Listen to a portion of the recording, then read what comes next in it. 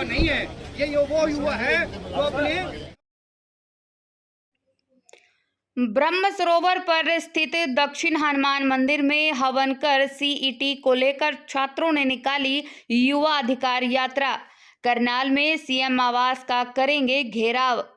कुरुक्षेत्र से सीईटी में खामियों को लेकर छात्रों ने युवा अधिकार यात्रा निकाली।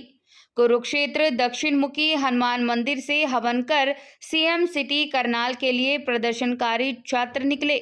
युवा अधिकार यात्रा निकाल रहे प्रदर्शनकारी को कल मिलेगा कांग्रेस का समर्थन। वे कल करनाल में मुख्यमंत्री आवास का भी करेंगे घेराव। ये पेपर लीक सरकार है, फिर जानबूझ के खामियां छोड़कर जी आज प्रदर्शन कर रहे हैं। क्या पूरी प्रक्रिया प्रदर्शन की रहने वाली है और क्यों प्रदर्शन? ये सीईटी के पेपर जो बच्चों ने दिए थे उसमें तरह तरह की शर्तें खट्टर जी की और दुष्यंत चौटाला की सरकार ने लगाई हैं। उससे परेशान होके हरियाणा के युवाओं ने एक सिंबॉलिक यहाँ से जो है पैदल यात्रा युवा अधिकार यात्रा के रूप में शुरू कर रहे हैं। पहले यहाँ हवन हुआ है और श्वेता डुल जी इसका नेतृत्व कर रही हैं और हरियाणा कांग्रेस इसका समर्थन कर रही है। रणदीप सुरजेवाला जी, कुमारी शैलजा जी और किरण चौधरी जी सबसे पहले इन युवाओं की पीड़ा उन्होंने उठाई थी हरियाणा में, और वो कल से करनाल से मतलब कई हज़ार आदमियों के साथ इन बच्चों के साथ चलेंगे और सीएम आवास तक जाएंगे। कार्यक्रम हो रहा है तो क्या पूरा कार्यक्रम और क्यों ये कार्यक्रम करना पड़ा? मेरा नाम श्वेता ढुल है। मैं युवाओं की आवाज़ उठाती हूँ, रिक्रूटमेंट एक्टिविस्ट हरियाणा हूँ। यह कार्यक्रम है, इसका मेन उद्देश्य है सीईटी क्वालिफाई करे सरकार। यदि आप सीईटी क्वालिफाई नहीं करते हैं तो युवा आपको वोट नहीं करेंगे।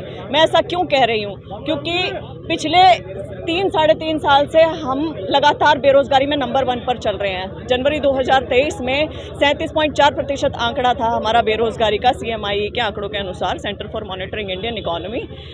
इसके बीच में सरकार इतनी भयावह बेरोजगारी के बीच में भी सरकार 4 साल तक कोई बड़ी भर्ती नहीं करती है। फिर एक भर्ती लेके आती है सीईटी अम्ब्रेला भर्ती, जिसमें ग्रुप सी और ग्रुप डी के सारे क्लब कर दिए। ग्रुप सी के सारे एग्जाम्स यहाँ पे कंडक्ट करवाए और उसमें 3,59,000 अभ्यर्थियों ने उत्तीर्ण किया। 3,59,000 अभ्यर्थियों ने उत्तीर्ण किया, लेकिन सभी अभ्यर्थियों को पेपर देने के लिए अलाउ नहीं कर रही है सरकार। केवल 4 गुना का फॉर्मूला लगाया है।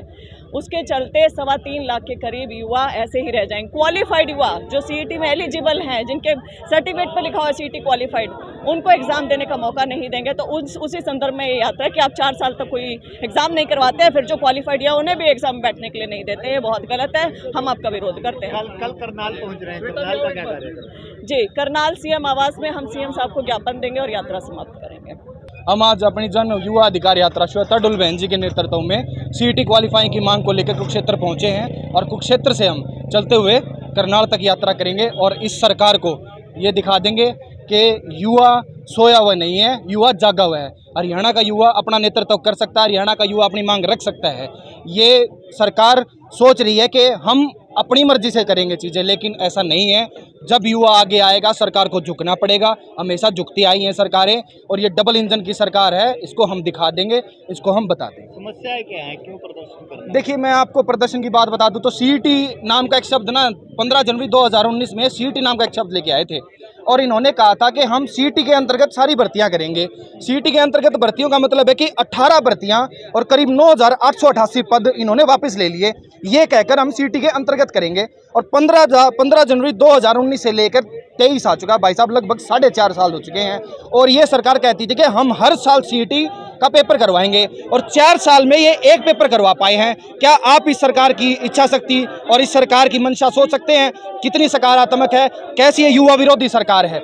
अब तक एक पेपर नहीं ले पाई और अगर पेपर वो ले लिया, उस पेपर में इन्होंने क्या कर दिया है कि 3.5 लाख 11 लाख बच्चे पेपर में बैठे थे, उसमें से 3.5 लाख बच्चे पास हुए हैं और 3.5 लाख बच्चों में से भी ये कह रहे हैं कि हमारी जितनी पोस्ट हैं, इनकी 25-30 हज़ार पोस्ट है, उसका हम सिर्फ 4 गुना बच्चों का पेपर लेंगे।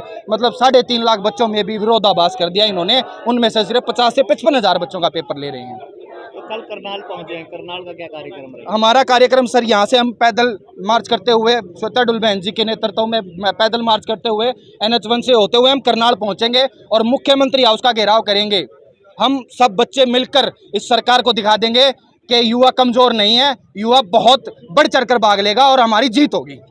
मेरा नाम प्रदीप गुजर है। मैं प्रदेश महासचिव युवा कांग्रेस से हूँ और एक कांग्रेस पार्टी से ताल्लुकात रखने से पहले मैं एक हरियाणवी हूँ और एक युवा हूँ।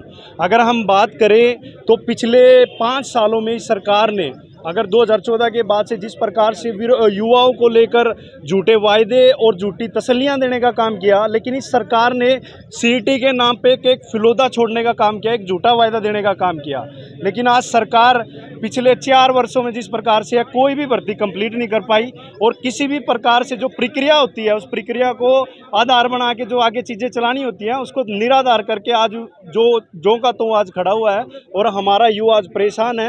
हर पार्टी का हर जो भी राजनीतिक दल है सभी साथी एकजुट हो गए, एक तिरंगे के नीचे आज युवाओं के साथ खड़े हैं ताकि हम अपने युवा और हरियाणा के युवा को सुरक्षित कर सकें और इस सरकार की गूंगी बहरी सरकार की कान को खोल सकें। मांग क्या है, क्या चाहते हैं आप, क्या हो? देखिए, जैसा कि अभी पहले अपने भाई ने बताया, जो साथी है अब अभ्यर्थी है, उन्होंने भी पूरा डिटेल में उसको एक्सप्लेन करके बताया। भी जो सीईटी का जो इन्होंने टेस्ट लिया है उसमें जो परीक्षार्थियों को लेने का काम है वो 15 गुना है और जो सेंटर का काम है वो 12 गुना है। अगर सेंटर की जो पोस्ट होती है उसमें 12 गुना लेते हैं एंड अदर स्टेट में जैसे राजस्थान है, बिहार है, उसमें 15 गुना, लेकिन हरियाणा प्रदेश के अंदर 4 गुना करके किया है। उससे क्या है कि ना तो सरकार का ये एक भाव नज़र आता है कि भाई सरकार कोई भर्ती प्रक्रिया को पूरा करना चाहती है और तकरीबन जो पद खाली पड़े हैं हरियाणा में उन पदों को भरने की भी इच्छा शक्ति नहीं है। ये सरकार एक सिर्फ टाइम पास करने का काम कर रही है और सरकारों को युवाओं को पलकाने का काम कर रही है।